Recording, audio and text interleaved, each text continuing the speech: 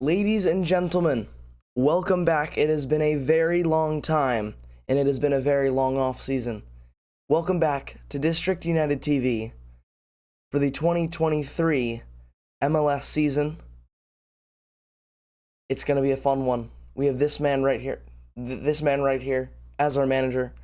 Today we're going to be doing a full season preview, looking at all the departures, all the arrivals, what we should be expecting from this season, and we'll look at some of Rooney's tactics, what the possible lineups could be for tonight's match against Toronto FC, which we will be covering live for a watch-along, match week 1.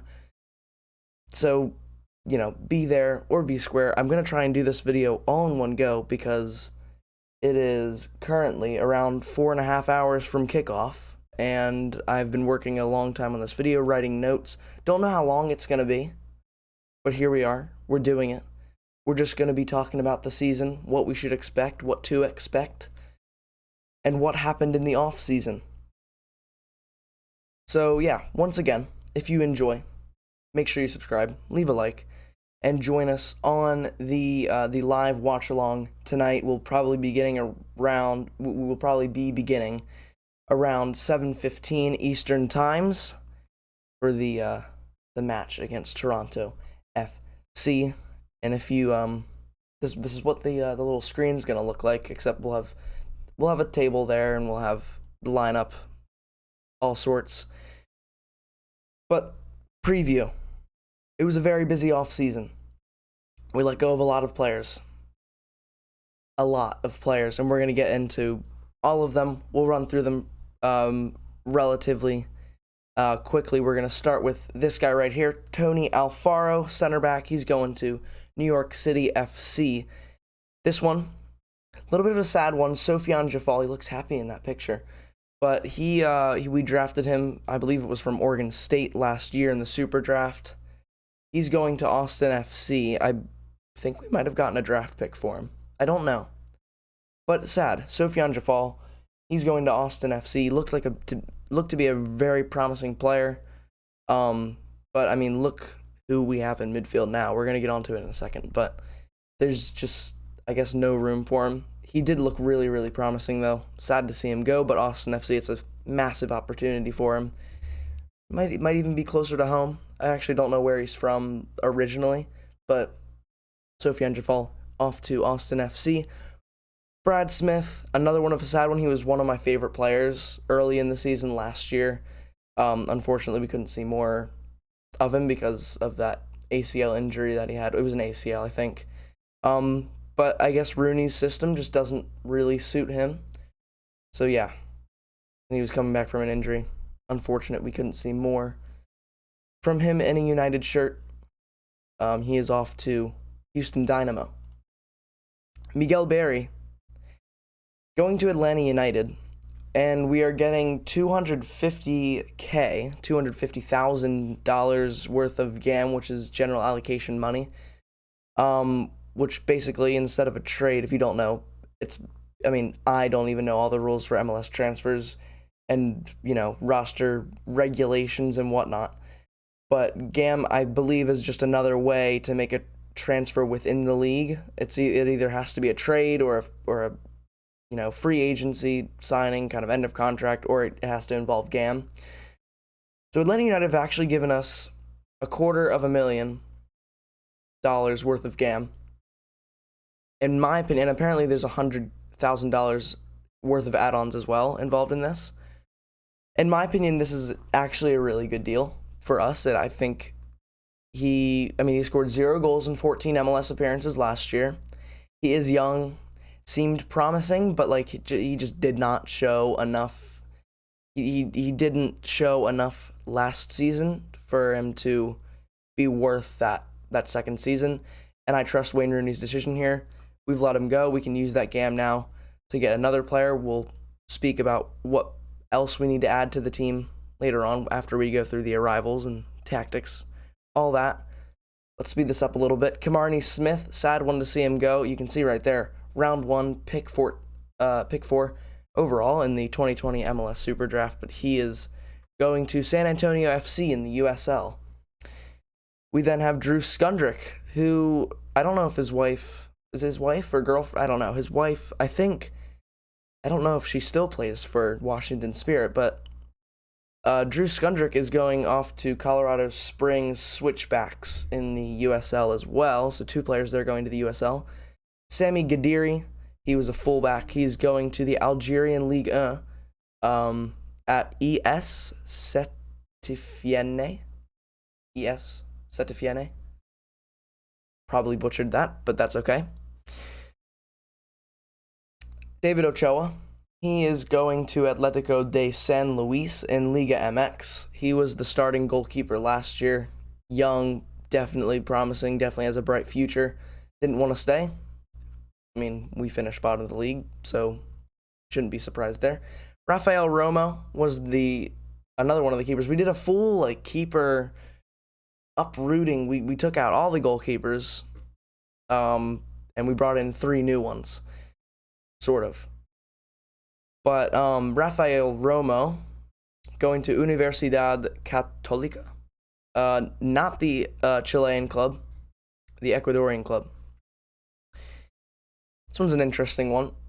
Adrian Perez, he honestly never seemed to be fit, available to play. In my opinion, he just was never really part of the first team. And he's going to Empire Strikers in the Major Arena Soccer League, which I think is where he started his career. He played in the MASL, I think. But he's going back there for Empire Strikers. Adrian Perez, knock yourself out. Go ahead. John Kempen, as far as we know, does not have a club yet. This is another one of the goalkeepers that we let go of. Chris Adoy-Atsum is also another player that we let go of. Ola Kamara, interesting one. Kind of fell out of favor with Hernan Losada first, and then Wayne Rooney really just did not want to use him at all. We kind of knew that he was going to run down his not he was going to run down his contract. We knew we weren't going to renew his contract. So whether his next move is going to be in the MLS, possibly. I think it's likely. He's from Norway, though, I believe, so he could go back to Norway. He could return back to his home league. Who knows? He could stay in the MLS, though. This one's an interesting one. Who knows what's going on with him? It's Bill Hamid, one of my favorite players in DC United history or whatever. I don't know what he's going to do next. Nobody knows what he's going to do next. Apparently, Dundee United in Ireland have apparently approached him. But, he is a club legend. Sad to see him go. And that does it for the departures. Really quick on him. Ravel Morrison. We're going to do a quick little Ravel Morrison. I need a sip of water. We've been going for 8 minutes. All in a row. It's actually pretty good. Ravel Morrison, not pretty good. This situation, he's not on the MLS roster for this year. We haven't registered him. Yet he's still on our payroll. So we're still paying his wages, which can't imagine they're a small figure. This whole situation is a mess. This should have been dealt with months ago. We should have decided if he's leaving or not months ago. And the fact that we're just now finding out about this and just now making a decision on this is, honestly, it's a disgrace. And it's just another reason why we need Dave Casper out and we need someone else who's going to make smart decisions in the front office. So there's the Ravel Morrison rant, the first negative of today. But it's not a good situation. We're not going to be seeing him play for DC United this season. That's for sure. And I've kind of included him in the departures list because, how can he not leave the club? He's clearly unhappy. We clearly don't want him here.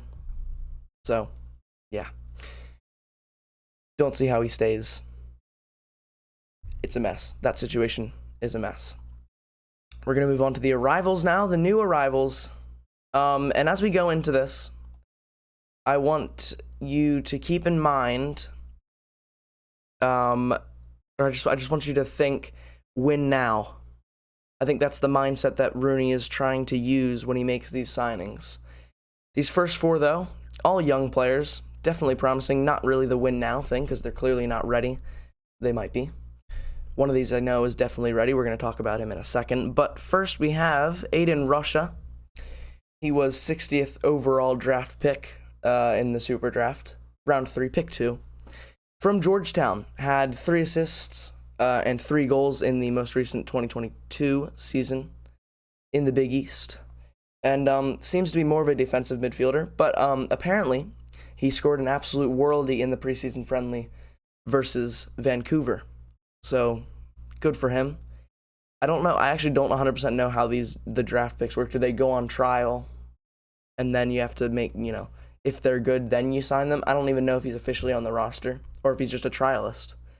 Who knows? Either way, scored an absolute worldie. And he could be one of the players that goes out on loan.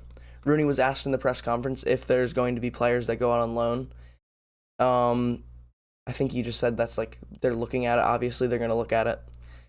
I think it is very possible that some of the young players, including this player right here, could go out on loan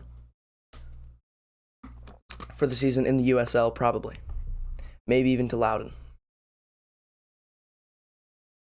Ben Stitz. This one's actually a special one for me. He's a center forward, 31st overall draft pick from University of Pennsylvania. Had 11 goals and 8 assists in the 2022 season.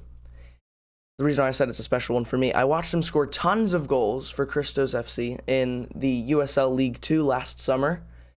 And yeah, I was basically the stat taker for him, and he just scored. I think he scored like five goals in a game against Commonwealth Cardinals one time. He is definitely a good player, whether he's MLS player or MLS standards. Who knows? We're gonna find out. He could go on loan. But to describe him for you, 6'2", strong, tall, athletic, poacher, kind of striker, center forward. He just loves to score goals. So there's Ben Stitz for you. Christian FLETCHER. Signed on a homegrown contract back in August. Contract became effective January 1st of 2023. Scored 4 goals in 17 appearances in the USL last year. I'm reading off my notes here, by the way. Decent young prospect. We've been told that some players will go out on loan. He could definitely be one of them as well. I think these first 3 players that we've gone through should go out on loan, could go out on loan. How much Christian FLETCHER will be used, we don't know. Hopefully we don't have to use him. I don't want to rely on the youth. Unless they're absolutely good enough for, did not mean to hit the microphone there. Unless they're absolutely good for now, I don't want to have to be using the youth. I want to have senior players in there. And again, unless the youth is as good as this kid right here.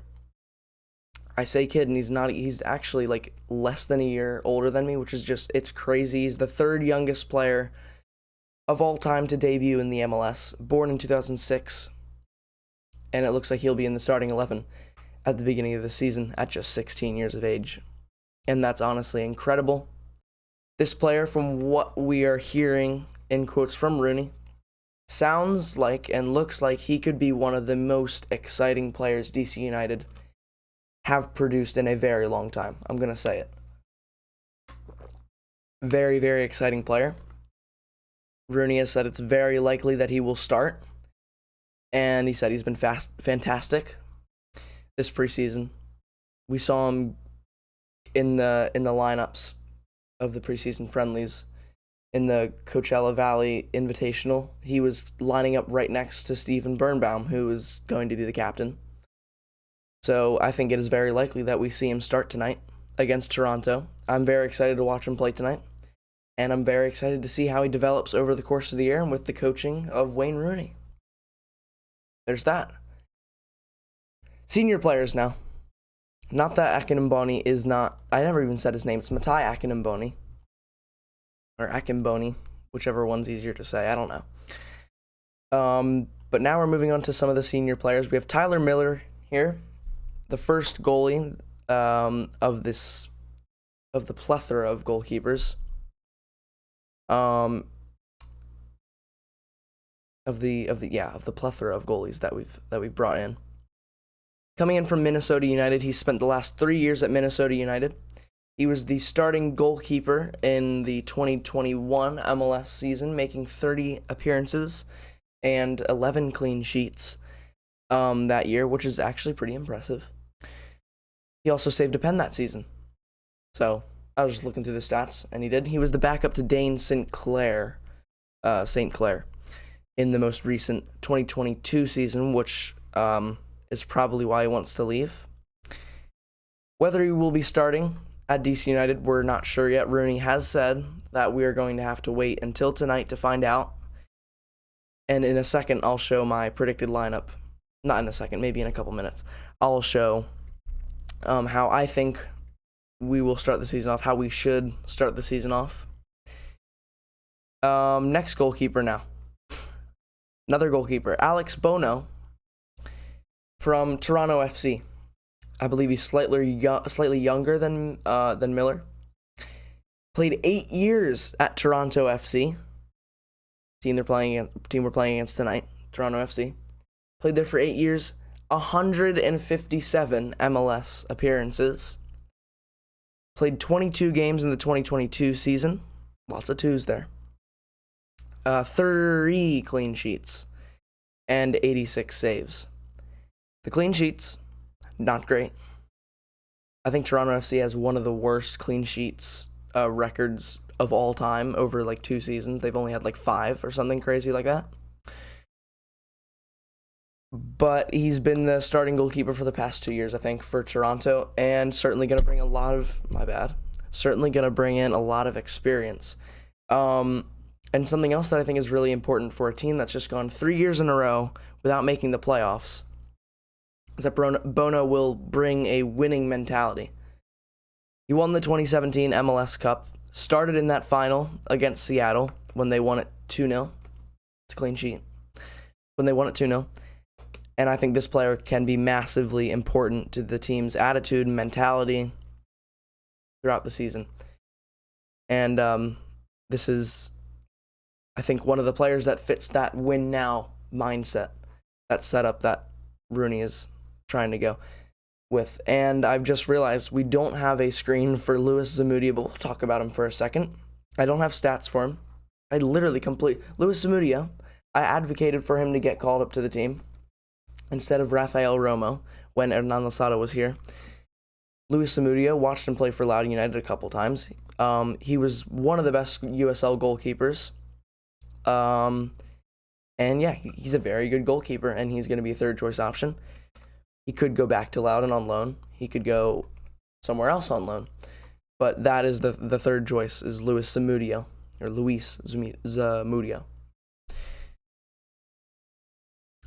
Mohanad Jaeze.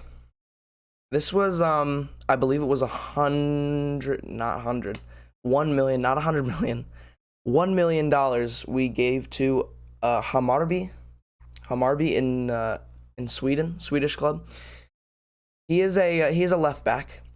He's been at Hammarby since 2020. Has spent pretty much his whole career in the Swedish league. Capped at the under 17 and under 19 levels for Sweden, and has 4 senior caps for the Iraqi national team. Scored 5 goals in 82 appearances for Hammarby. But what I think is most impressive is last year, in the 2022 league season, they are on this summer schedule, like us. He played 26 of the 30 games and had 3 goals, 9 assists. Very impressive for a left back. I'm actually very excited to watch this player. Certainly, he's got to start tonight. We'll get onto that in a second, the lineup and all that.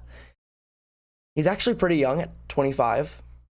Oh yeah, and in that season, that was Hammarby's first time reaching the top 3. I think it's the European places for the Swedish league.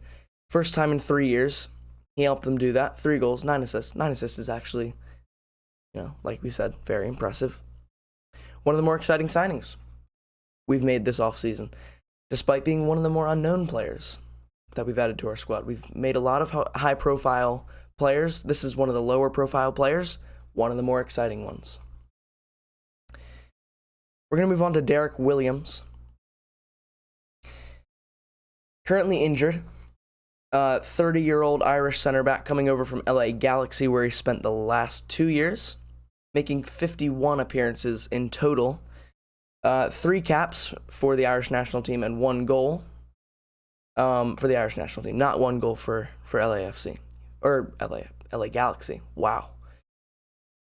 More notably, though, 284 appearances in England's top 3 leagues across 3 different clubs: Blackburn Rovers, Bristol City, and Aston Villa. 3 teams that most of you guys will be familiar with.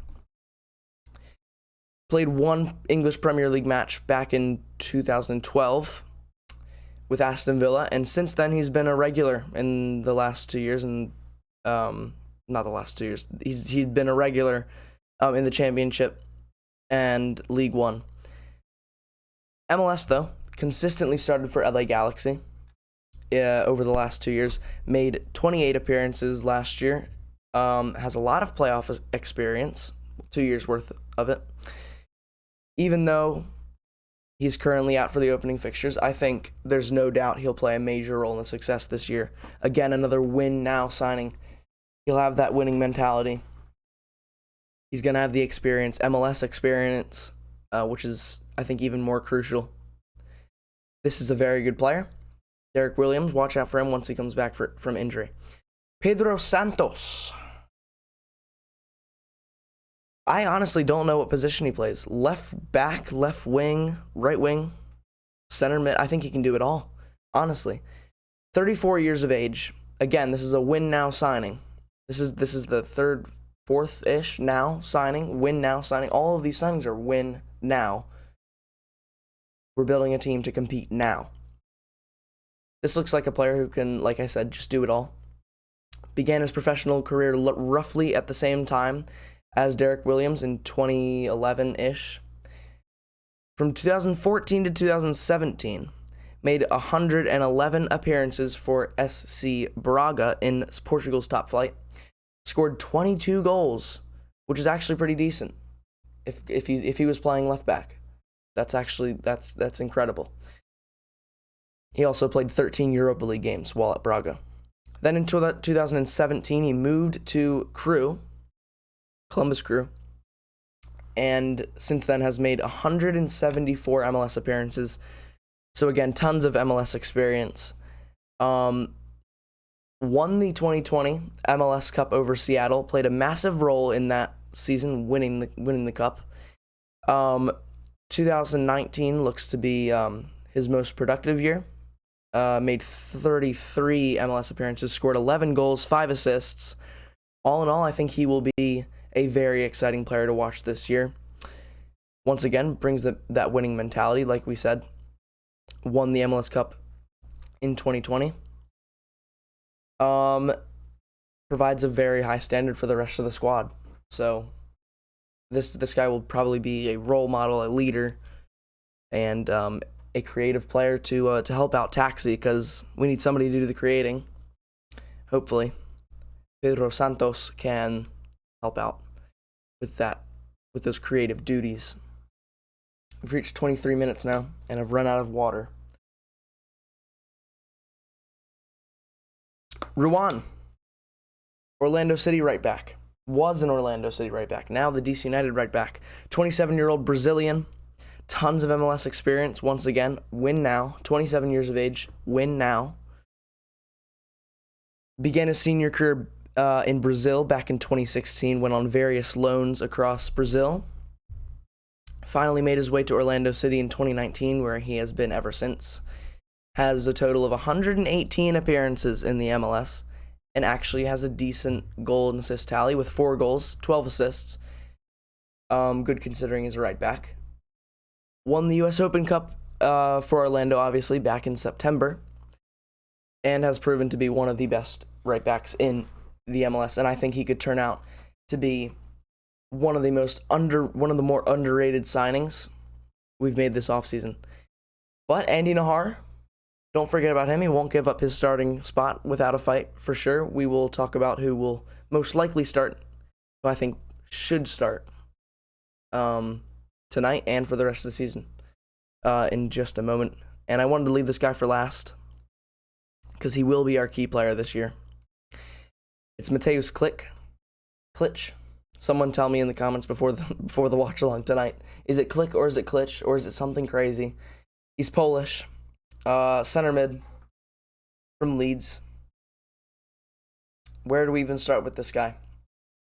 We've all heard of him probably, but if you don't know, 32-year-old Polish center mid who has spent the last 5.5 years of his career at Premier League outfits Leeds United, has made 187 appearances for Leeds, scored 24 goals, and appeared consistently for clubs in Germany, Poland, and Holland as well, and has 41 caps for the Polish national team, which is very, very impressive. This guy will be our most important player. You can say Taxi, you can say Pedro Santos, you can say Steve Birnbaum, you could say Christian Benteke. This guy will be our most important player. Everyone will be looking for him to give DC United a chance this year. If we make the playoffs, it's a massive if, big if, but if we do it, it will be because of him. No doubt he'll play a key role in our success this year. The real question is, how will Wayne Rooney use him in order to get the most out of his abilities? And that's what we're going to go on to right now. Leads us perfectly into this. Let's see if we can get this up. Take this off. Here we go. The Google spreadsheet that I've created. We might bring this up. We might reference this as the season goes on. We have the normal lineup. In purple are the players that we have brought in this season. The blue ones are like Rooney's signings from last year, Benteke and Poulsen. They're kind of like new signings. That's why I've highlighted them. And then the orange ones, or the yellow tan-ish color, are ones that Wayne Rooney has inherited from Hernan Losada's side. And then the gray are ones that are like in another like a duplicate position. So like you can see Pedro Santos in purple is on the left wing. We think he can also play left back, so that's why he's in gray over there. Poulsen gray at center back, Jackson Hopkins gray on the wing, and then Nigel Roberta also at striker. Fuentes can play both sides. Santos can probably play both sides. All the wingers can probably play both sides. Klitsch and Knaus, they can switch, and the center backs can switch. Most of these are interchangeable, but that's what the depth looks like for this season. We then have the injuries, players that could leave. Ravel Morrison probably will leave. And then the possible signings, Ibrahim Sadiq, I think is his name. We'll talk about him probably on a future show, but not tonight. Tonight we're talking about the possible lineups. In goal, I've put Bono ahead of Tyler Miller. I've seen it go the other way. On the actual MLS preview that Tom Bogert did for us, he put Tyler Miller above Bono. I think Bono starts.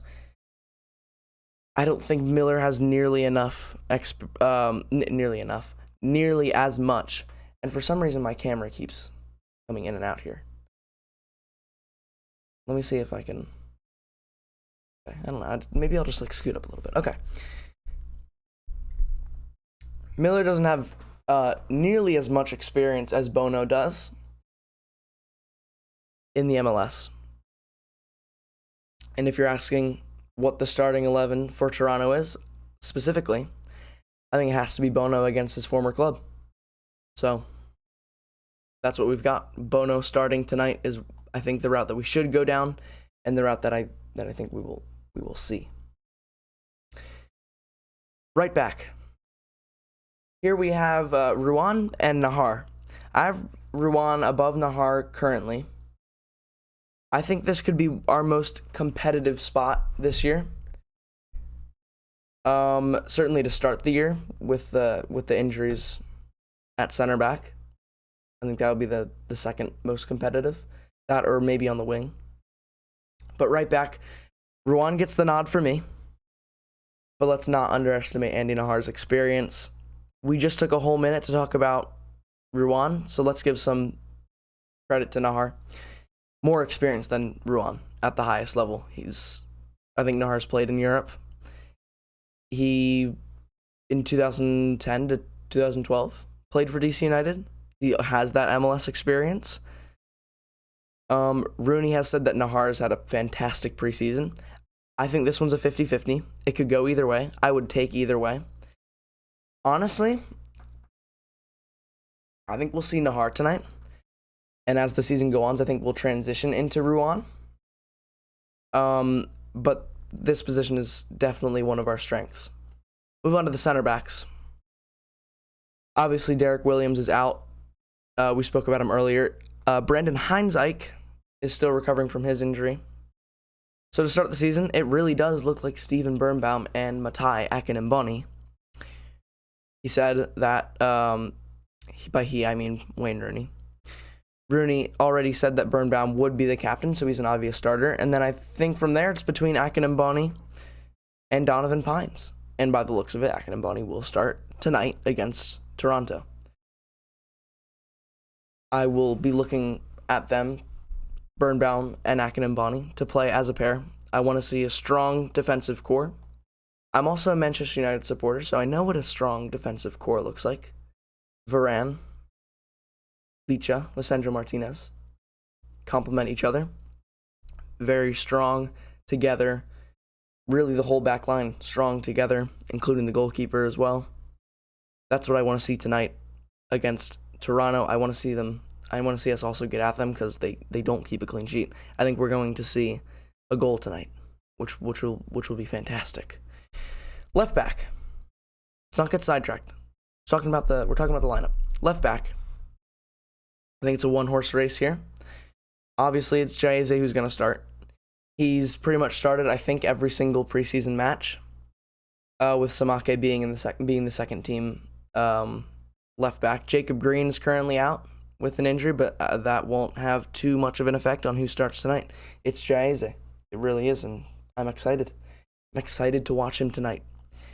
In the single pivot, I actually didn't talk about the possible formations, so I think it's going to be a 4-3-3 with that single pivot in Poulsen, and then two kind of box-to-box players. Click. I don't know. Click probably being more advanced. But I think what else we could see is a 4-4-2 with like two wide forwards and a diamond midfield. With that, I think we could see Chris Durkin play a pretty significant role. Click could play the 10. Puntas could play the 10. Pedro Santos could probably play the 10. But we'll go back to Victor Poulsen. We'll give him his glory. The actual backup at CDM is probably Canals. He's honestly the only other player that I would trust to be in that line between the defense and the midfield, breaks up the play, wins back possession, be the connector. I don't know if Yeremy Garay is going to get any minutes this year. He could be, again, one of those players that goes out on loan. Certainly a promising player. Don't write him off. He just probably isn't going to see a lot of minutes this year. I think Poulsen, with him, we can let our two other midfielders really get high up the pitch, support the attack, while Poulsen kind of like sits in between the defenders, kind of like a halfback scenario, where he's going to be extremely defensive, and just win the ball back. But that could be one of our strengths, I think. Poulsen's definitely a good player. Center mids. I'm gonna look at them as a pairing. I think for Toronto, I think it's almost certainly guaranteed to be Click and Canals. But I think Chris Durkin can definitely play a major role in that midfield coming off the bench. We're gonna need somebody that doesn't let the levels drop coming in off the bench, and I do trust Durkin to do that.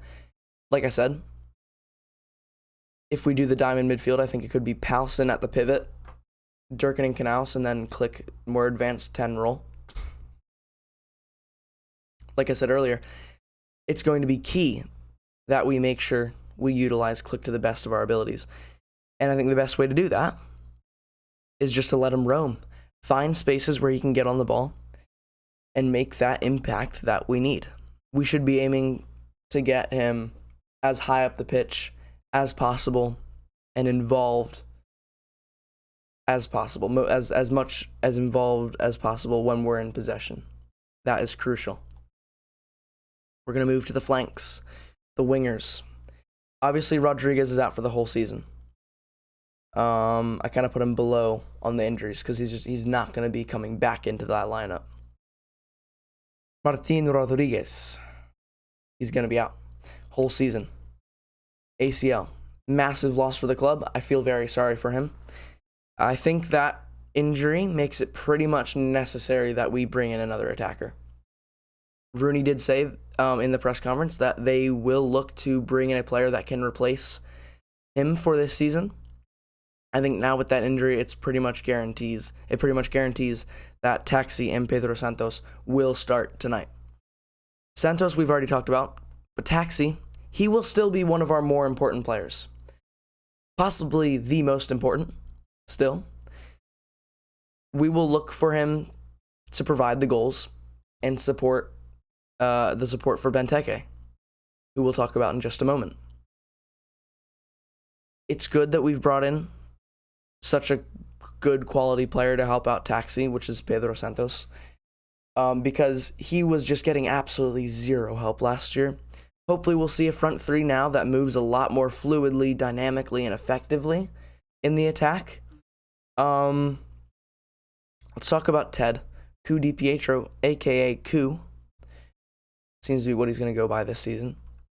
Possible breakout season on the horizon. It seems like he's had a massive preseason with the first team and looks like he's ready to make an impact. We have talked for a long time on this channel about the team's lack of quality on our bench and the lack of players who can come into a game with 20-25 minutes left and change it, increase the intensity, or keep the intensity, give us that extra push, get us over the line. And I think that's the role that Ku could play for us this year. And I want to talk about Roberto. He's an interesting one. He's always been an interesting one. I've always thought that he was a bit underrated.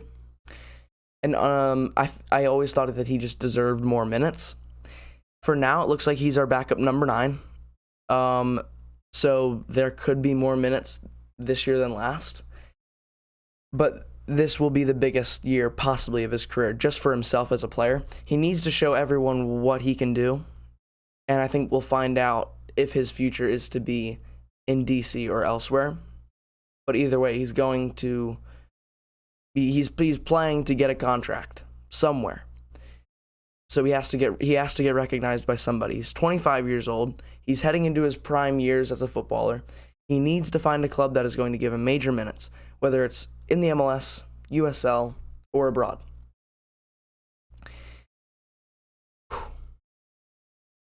Last but not least in the lineup, we're gonna do a little like expectations section at the end that won't last long. We're reaching 40 minutes here. Center forward, it's Christian Benteke. And that's it. I really think the last thing we need to be competitive this year is to get that player that can back up or even challenge Christian Benteke at the number 9 spot. I think that's our biggest weakness here, is just that the backup to Benteke. I think we should get a player that primarily plays in that number 9 spot, but can also play on the wing. I think that's the best way to make up for the losses of Ravel Morrison and Rodriguez at the same time. But what should we expect from Benteke this year? Well, more than last year, that's for sure. 1 goal every 7 games is not going to be enough. We need goals, and they have to come from this guy right here. For me, I worry because he's a penalty box striker. By that, I mean he has to be provided with the service from others, crosses into the box, ball to feet, score inside the 18 in the penalty box striker. Why is that a worry? Well, that means he has to rely on other players. We have to rely on creative players to provide the service, something that we haven't really done well for quite a while, is creating opportunities for a striker. But Pedro Santos does look like he could be that player. Taxi, we know, can do that. Click has potential to be a playmaker. It's just a matter of, will those players turn up this season? I'm not saying this won't work, but I worry just a tad bit. I give it 50-50. I think we'll find out very quickly whether this is something we're going to need to change or not. I feel like we could be better off with a striker that can move fluidly throughout the whole front line. But for now, it's Benteke, and we're going to get behind him. Now, let's bring this back in. Let's bring this up. Last, not least at all, but it is the very last thing that we will be covering for today before the watch along. Remember to join us on that live, probably starting at 7:15 p.m. Eastern Time. But what should our expectations be this season? Almost all the experts have predicted that we'll finish somewhere in the bottom three of the Eastern Conference this year. And I think they're underestimating us. I think once we get going, if we get going, we have the potential to be a very hard team to stop. We look at those players right there. We'll bring it up again. We look at those players right there. We have potential to be a hard team to stop. And we'll come back to that win now mentality. This team has a lot of quality for right now. I don't think Rooney has plans to be here for that long. I think he wants it now, success now. And whether you think that's a good idea or a bad idea, good thing or a bad thing, success at DC United means MLS Cup. It means playoffs. It means to be the best. That's who we are. I want to see success. We all want to see success. We haven't seen success in DC since 2004. I wasn't even born then. I want to see success in my lifetime as a DC United supporter. I think you all want that too. So in terms of expectations, it's obviously to be the best, to go as high as possible. And for me, on paper, that squad has the quality to finish top 9, which is the new playoff format. I think it does. Top 9. I think it's possible. I think we're there. The only worry is just we have the quality. Do those players complement each other well? And can Rooney bring it all together? He hasn't been a coach for very long. Can he bring those players together? Because on paper, we do have the quality to finish top 9. We have the quality. I think that's what we're capable of this year. And a playoff finish this year definitely lays the foundation for the future, whether that future is with Wayne Rooney or without. And if you're asking me for a prediction, a number, I'll say 9th. And I think that is optimistic. But I'll say it like this. To make playoffs, we just need to be better than 6 teams. I think we're better than Chicago, Miami, Hernan Losada's Montreal. I think we're better than them. We're better than Charlotte. I think we can be better than Atlanta,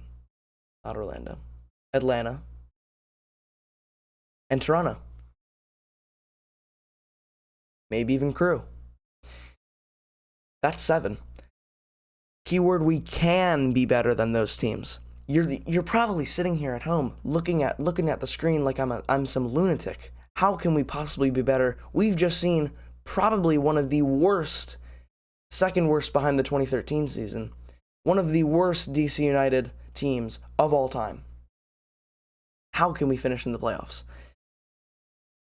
And it's because Wayne Rooney has set up this team in a win-now mindset.